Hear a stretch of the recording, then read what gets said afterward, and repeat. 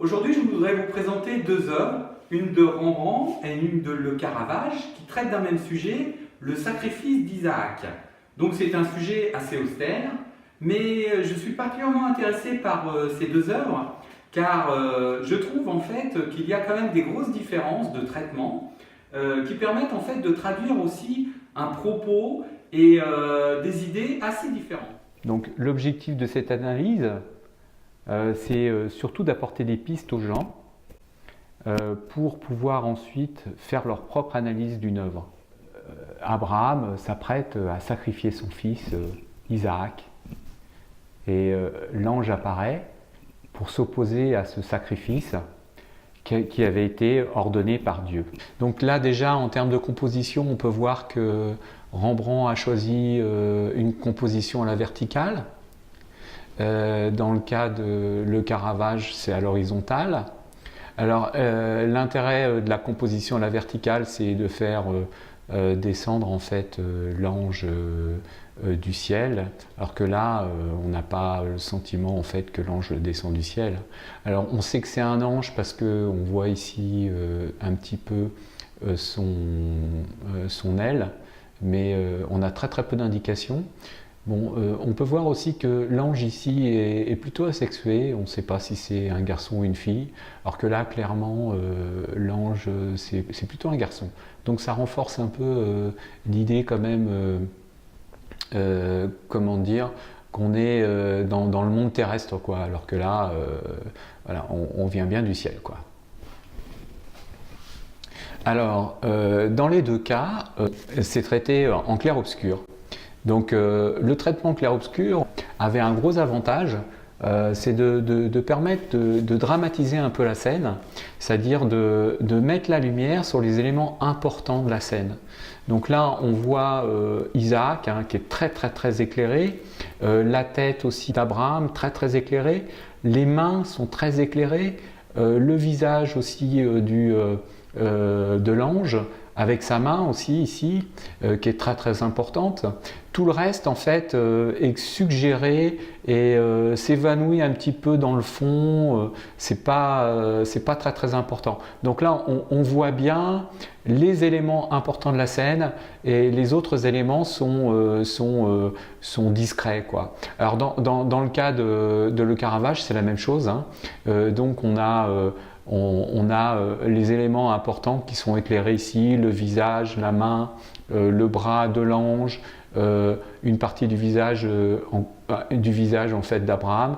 Voilà, l'ange est pas très éclairé, son visage n'est pas très éclairé, tout le reste est sombre, quoi. Donc ça c'est l'avantage du clair-obscur, c'est mettre l'accent sur les éléments importants de la composition.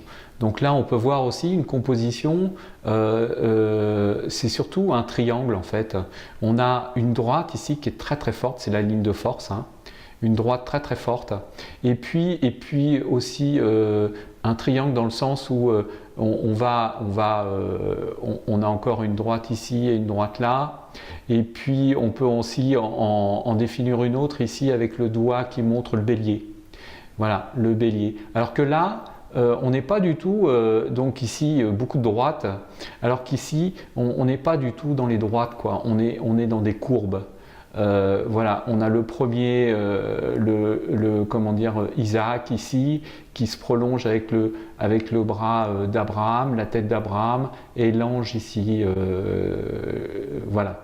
Alors, ce qu'on peut constater aussi, c'est que dans cette scène ici, là, on a des grosses différences.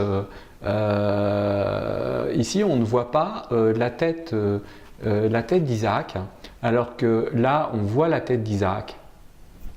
Voilà, ça c'est une des premières différences. Une autre différence aussi, c'est l'expression du visage d'Abraham. Donc Abraham là, il est presque blême, il est presque en proie au conflit intérieur, j'ai l'impression. Alors qu'ici, on ne sent pas ce conflit intérieur, comme si en fait on lui avait donné un ordre et puis qu'il exécutait cet ordre hein, qui vient du haut, hein, qui vient de Dieu. Ici, on le sent plus en conflit, quoi. Donc ça me paraît un élément important aussi dans le traitement du sujet. Alors le fait que le visage d'Isaac soit caché, alors que là on le voit bien, on voit quand même un visage terrorisé, terrifié, alors que là pas du tout. Par contre son corps est ici le corps est mis vraiment en valeur, hein. On sent le goût qu'a aussi Rembrandt à traiter les corps, et puis ce corps est on le sent vivant, plein de sève, plein de voilà. C'est un peu une allégorie à la vie, alors que là on n'a pas du tout ce sentiment, quoi. Par ailleurs, l'expression aussi de l'ange ici qu'on peut voir est assez neutre, un petit peu comme l'expression d'Abraham, alors que là clairement il y a un message qui est envoyé à Abraham, quoi.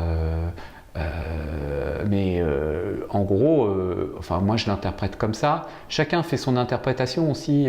L'objectif c'est pas d'avoir, comment dire, une seule vision. Moi j'ai ma vision.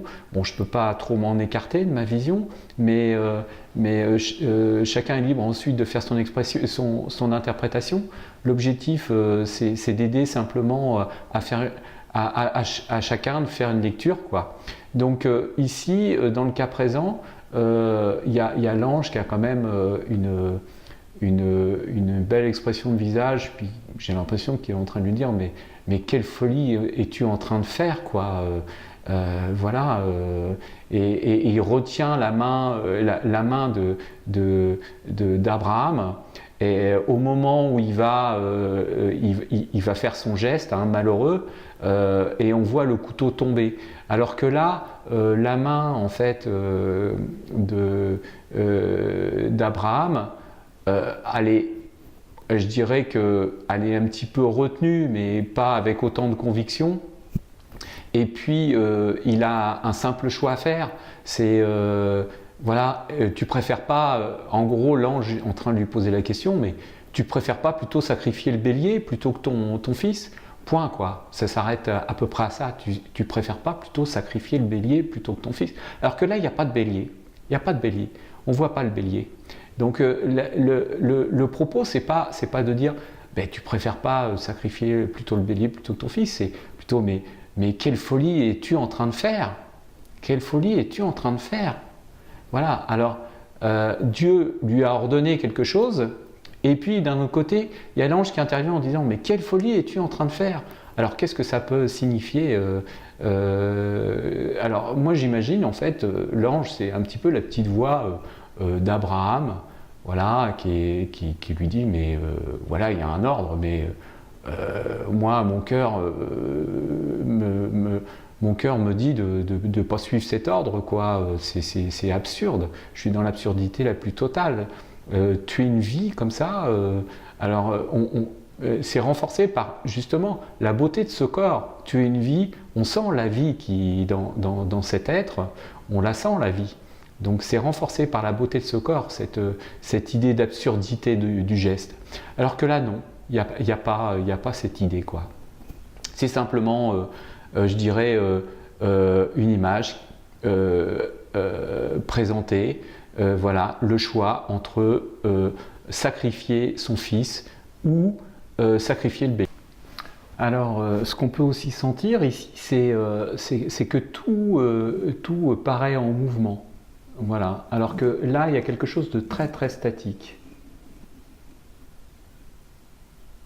C'est renforcé, le sentiment de mouvement est renforcé par justement un rythme comme ça, en demi-cercle.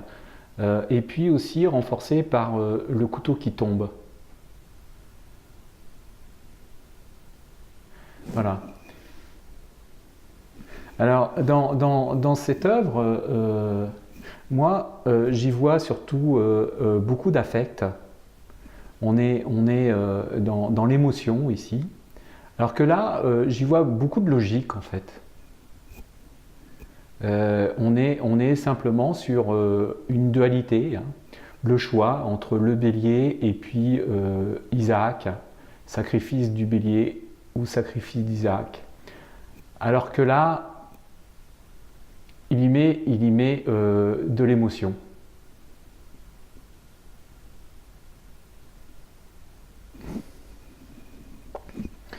J'ai l'impression aussi dans cette œuvre que ici, en fait, le message qui est renvoyé, c'est de pas toujours en fait être dans le dogme, dans l'idée qu'il faut suivre les ordres à tout prix, suivre la loi, quoi, mais qu'il faut écouter son cœur. Alors que là, non. Pour moi, c'est une simple illustration d'une scène, mais sans véritablement d'interprétation de la signification de la scène de la Genèse. Alors que là, il y a une interprétation en fait de la scène. Voilà. Voilà ce que je peux dire sur ces deux œuvres. Alors, Rembrandt avait pratiquement le même âge que le Caravage hein, quand ils ont réalisé ces œuvres. Ils avaient une trentaine d'années, hein, tous les deux. Je crois que Rembrandt avait 29 ans et puis le Caravage avait 31 ans. Mais je trouve qu'il y a une maturité dans le travail de Rembrandt, une maturité dans le message de Rembrandt qu'il n'y a pas dans le message de Le Caravage. Quelque part aussi, moi ça me renvoie un petit peu à ce qu'on peut encore trouver aujourd'hui. On traite un petit peu de la question, oui, est-ce qu'on doit toujours respecter la loi qui vient d'en haut ou pas? Donc on traite un peu du fanatisme en fait, hein, du dogme. Dans quelle mesure on doit respecter ce dogme à tout prix ou pas? Est-ce qu'on doit écouter son cœur ou est-ce qu'on doit écouter la loi? Voilà. Quelle importance a la vie en fait?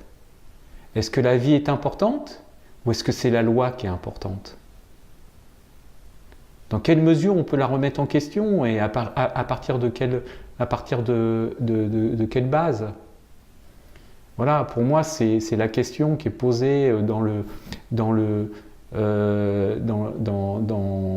tableau de Rembrandt, qu'on ne trouve pas du tout dans le tableau du Caravage. Alors, je suis désolé d'avoir un tel parti pris, mais pour moi, c'est pas du tout du même ordre, quoi. Le tableau de Caravage et puis le tableau de Rembrandt, le propos est beaucoup plus profond dans le tableau de Rembrandt que dans le tableau du Caravage, quoi.